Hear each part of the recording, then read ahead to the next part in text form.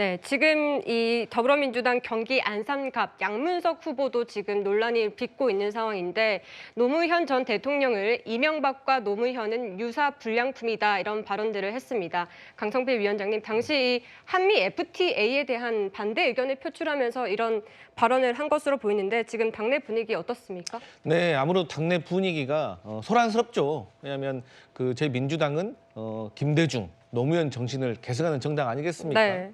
그런데 저는 이 막말에 대해서요. 정치권이 조금 합의를 봐야 되는 부분이 있는데 제 개인적으로 한 두 가지로 분류를 해봤어요.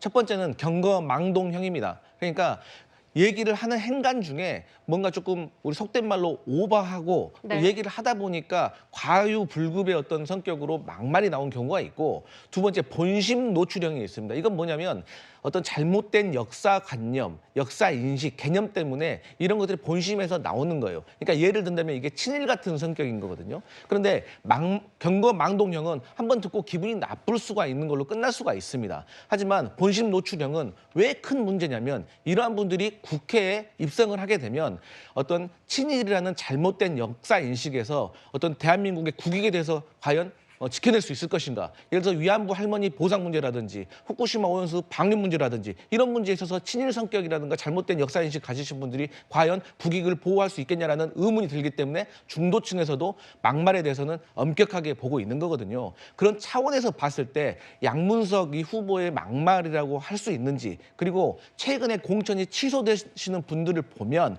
첫 번째 막말이 중요한 게 아니라 이분들의 추가 막말, 그리고 알 수 없는 폭탄이 또 터질 수 있다는 그 위험이 있느냐 없느냐가 공천 취소까지 가느냐를 결정하는 것 같아요. 그렇기 때문에 저는 민주당에서 다소 소란스럽더라도 지금은 조금 더 지켜봐야 되는 과정이 아닌가 그렇게 보고 있습니다. 네, 그런데 지금 이 친노계라든지 지금 지난해 유튜브에 출연해서는 또 민주당 내 수박들, 바퀴벌레들이라고까지 표현을 했는데 이 비명계 입장에서는 이 본심을 유출한 것으로 해석할 수 있는 여지도 있는 거 아닙니까? 저는 이 문제만큼은 비명과 친명 뭐 이런 게 중요한 게 아니라 그냥 저희 민주당, 야당의 지지자들, 또 넓게 봤을 때는 중도층의 지지자들까지도 사실 노무현 대통령에 대한 향수가 있지 않겠습니까? 네. 그래서 이것은 현행법이라든가 뭐 어떤 문제보다는 우리가 소위 말하는 국민 정서법에 한번 검토를 해봐야 될 문제는 분명히 있어 보인다, 이렇게 말씀드리겠습니다. 네, 이재명 대표는 양문석 후보를 감싸는 듯한 발언을 했습니다. 먼저 듣고 오시죠. 안 그래도 이미 틀어막혀서 못 살겠는데. 그래서 여러분, 우리 표현에 대해서 가급적 관대해 주십시다.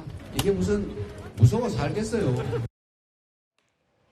네, 지금 양문석 후보에 대해서는 감싸는 듯한 모습을 보이고 있는데요, 정광대 대변인님. 네. 그만큼 지금 민주당 지지층에는 이 발언이 문제되지 않을 것이다 이렇게 판단을 한 걸까요?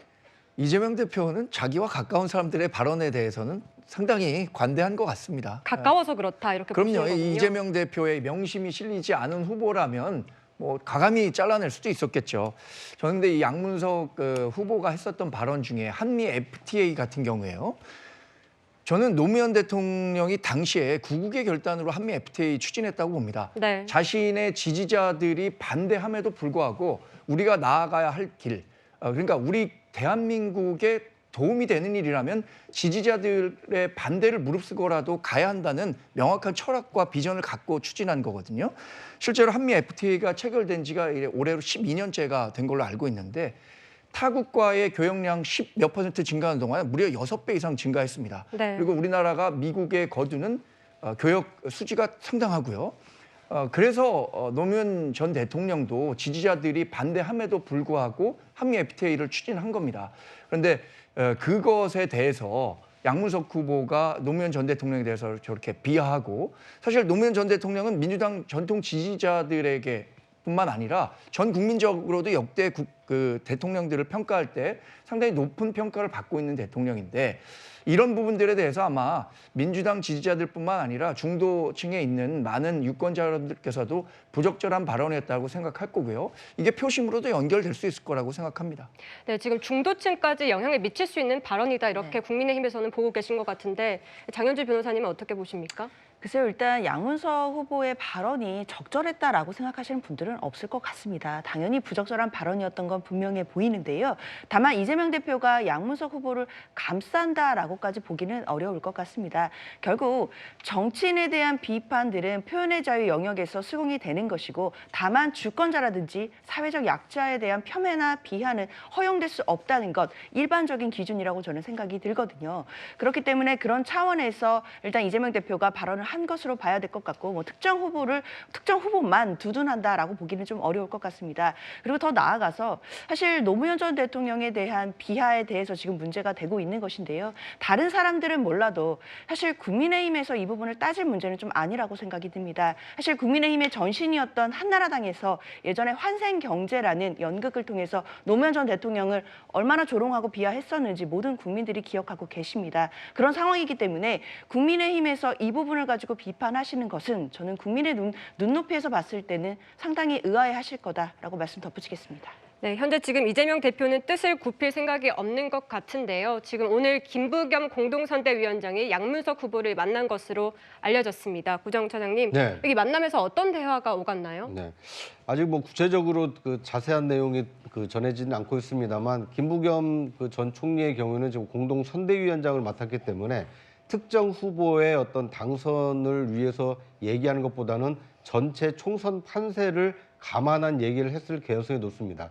특히 이 김부겸 전 총리의 경우에는 이 노무현 대통령에 대해서 어떤 감정을 민주당 지지층들이 가지고 있는지, 또 이번 총선에 이 양문석 후보의 발언이 어떤 파장을 끼칠지, 이거에 대해서 종합적으로 얘기를 했을 개연성이 크기 때문에 아마 오늘 이르면 오늘 오후 아니면 하루 이틀 상간에 양문석 후보의 거취가 결정된 가능성도 있지 않나, 이렇게 예상이 됩니다. 네, 지금 자막에 나오고 있습니다만 지금 만나서 이 수습할 사람은 당신밖에 없다 이런 말을 했다고 하거든요. 네. 자진 사퇴를 좀 권유했다 이렇게 봐도 되는 겁니까? 애둘러서 그렇게 자진 사퇴를 좀 유도하는 발언이었다, 이렇게 해석할 수 있을 것 같습니다.